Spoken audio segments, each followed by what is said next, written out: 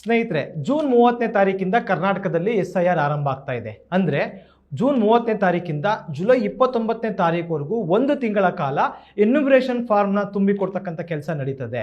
ಆ ಎನ್ಯುಮರೇಷನ್ ಫಾರ್ಮ್ಗೆ 2025ರ ಮತಪಟ್ಟಿಯಲ್ಲಿ ಇರುವಂತೆ 2002ರ ಮತಪಟ್ಟಿಯಲ್ಲಿ ನಿಮ್ಮ ಹೆಸರು ಅಥವಾ ನಿಮ್ಮ ತಂದೆ ತಾಯಿಗಳ ಹೆಸರು ಸರಿಯಾಗಿ ಇದ್ದರೆ ನೀವು ಎನ್ಯುಮರೇಷನ್ ಫಾರ್ಮ್ ತುಂಬಿದ ನಂತರ ನಿಮ್ಮ ಹೆಸರನ್ನು ಕರಡು ಮತದಾರರ ಪಟ್ಟಿಗೆ ಸೇರಿಸ್ತಾರೆ. ಆಗಸ್ಟ್ 5ನೇ ತಾರೀಕು ಅದು ರಿಲೀಸ್ ಆಗ್ತದೆ.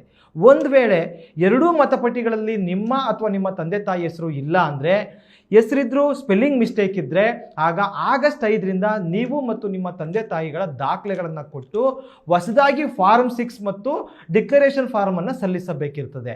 ಅದಕ್ಕೋಸ್ಕರ ಯಾವ್ಯಾವ ದಾಖಲೆಗಳು ಕೊಡಬೇಕು ಅನ್ನತಕ್ಕಂಥದ್ದನ್ನ ನೋಡೋಣ.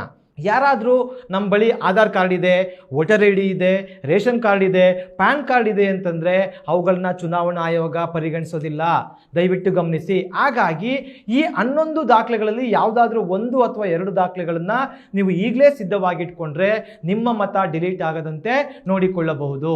ಅವುಗಳೆಂದರೆ, ಮೊದಲನೇದು ಕೇಂದ್ರ ಸರ್ಕಾರ ಅಥವಾ ರಾಜ್ಯ ಸರ್ಕಾರದ ನೌಕರರಾಗಿದ್ದರೆ ಅದರ ಎಂಪ್ಲಾಯಿ ಕಾರ್ಡು, ಗುರುತಿನ ಚೀಟಿ ಅಥವಾ ನೀವು ಪೆನ್ಷನ್ ಪಡಿತಾ ಇದ್ರೆ ಆ ಚೀಟಿ ಮೊದಲ ದಾಖಲೆ.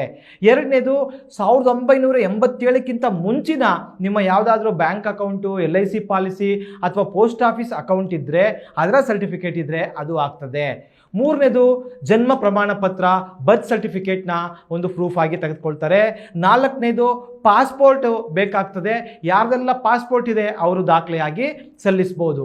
ಐದನೇದು SSLC ಮಾರ್ಕ್ಸ್ ಕಾರ್ಡು ಅಥವಾ TC, ಅದರ ನಂತರದ ಮಾರ್ಕ್ಸ್ ಕಾರ್ಡ್ಗಳು ಅಥವಾ TCನ ನೀವು ದಾಖಲೆಯಾಗಿ ಕೊಡ್ಬೋದು. ಆರನೇದು ಭಾಳ ಇಂಪಾರ್ಟೆಂಟು, ಪರ್ಮನೆಂಟ್ ರೆಸಿಡೆನ್ಸ್ ಸರ್ಟಿಫಿಕೇಟ್, ವಾಸಸ್ಥಳ ದೃಢೀಕರಣ ಪತ್ರ. ಇದನ್ನು ನೀವು ತಹಸೀಲ್ದಾರಿಂದ ಪಡ್ಕೊಂಡ್ರೆ ಅದು ಕೂಡ ಮುಖ್ಯ ದಾಖಲೆಯಾಗಿ ನಿಮಗೆ ಸಹಾಯಕ್ಕೆ ಬರ್ತದೆ. ಏಳನೇದು ಕಾಡಲ್ಲಿ ಅಥವಾ ಕಾಡಂಚಲ್ಲಿ ವಾಸಿಸ್ತಕ್ಕಂಥವರು, ಆದಿವಾಸಿಗಳು, ಅಲೆಮಾರಿಗಳು, ಅವ್ರಿಗೆ ಯಾರಾದರೂ ಫಾರೆಸ್ಟ್ ರೈಟ್ ಸರ್ಟಿಫಿಕೇಟ್ ಇದ್ದರೆ ಅದನ್ನು ಕೂಡ ನೀವು ಪ್ರೂಫ್ ಆಗಿ ಸಲ್ಲಿಸ್ಬೋದು. ಎಂಟನೇದು caste certificate, SC ST OBC ನೀವು ಯಾವುದೇ ಆಗಿದ್ರೂ ಅದರ ಕ್ಯಾಸ್ಟ್ ಸರ್ಟಿಫಿಕೇಟ್ನ ಪ್ರೂಫ್ ಆಗಿ ಚುನಾವಣಾ ಆಯೋಗ ತೆಗೆದುಕೊಳ್ತದೆ. ಒಂಬತ್ತನೇದು ಈಗಾಗಲೇ NRC ನಡೆದಿರ್ತಕ್ಕಂಥ ರಾಜ್ಯಗಳಲ್ಲಿ, ಅಸ್ಸಾಂ ಅಂತ ರಾಜ್ಯಗಳಲ್ಲಿ NRC ಸರ್ಟಿಫಿಕೇಟ್ ಇದ್ದರೆ ಅದನ್ನು ತಗೊಳ್ತಾರೆ, ಆದರೆ ಕರ್ನಾಟಕಕ್ಕೆ ಅದು ಅನ್ವಯಿಸಲ್ಲ. ಅದೇ ರೀತಿಯಾಗಿ 10ನೇದು ಫ್ಯಾಮಿಲಿ ರಿಜಿಸ್ಟಾರ್ ಅಂತೇಳಿ, ಇದು ಕೂಡ ನಾರ್ತ್ ಈಸ್ಟ್ ರಾಜ್ಯಗಳಲ್ಲಿ ನಡೆದಿದೆ, ಅಲ್ಲಿಗೆ ಮಾತ್ರ ಅಪ್ಲಿಕೇಬಲ್ ಆಗುತ್ತೆ, ಕರ್ನಾಟಕಕ್ಕೆ ಆಗಲ್ಲ.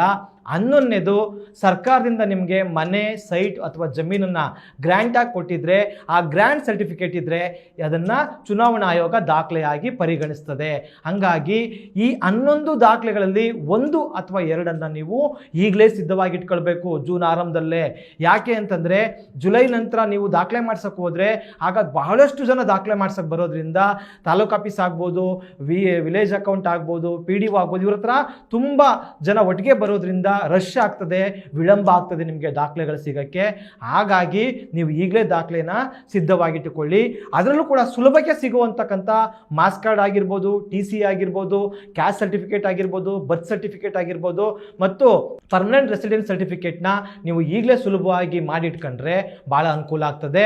ನಿಮ್ದೇನಾದರೂ ಹೆಸರು ಕರಡು ಮತದಾರರ ಪಟ್ಟಿಯಲ್ಲಿ ಇಲ್ಲ ಅಂದರೆ ನಿಮ್ಮ BLO ಅಥವಾ AC ಗಳ ಬಳಿ ನಿಮ್ಮ ಈ ದಾಖಲೆಗಳನ್ನು ಸಲ್ಲಿಸಿದ್ರೆ ಅಂತಿಮ ಮತದಾರರ ಪಟ್ಟಿಯಲ್ಲಿ ನಿಮ್ಮ ಹೆಸರು ಬರಲಿಕ್ಕೆ ಸಾಧ್ಯ ಆಗ್ತದೆ. ಆ ರೀತಿ ನೀವು ಮಾಡಿ. ಯಾಕೆ ಅಂದರೆ ಮತಾಧಿಕಾರ ಅಂತಕ್ಕಂಥದ್ದು ಭಾಳ ದೊಡ್ಡ ಹಕ್ಕು ನಮಗೆ ಸಿಕ್ಕಿರ್ತಕ್ಕಂಥದ್ದು. ಅದನ್ನು ಕಳ್ಕೊಂಡ್ರೆ ನಿಮ್ಮ ಅಸ್ತಿತ್ವವೇ ಇಲ್ಲವಾಗ್ತದೆ. ಎಚ್ಚರ.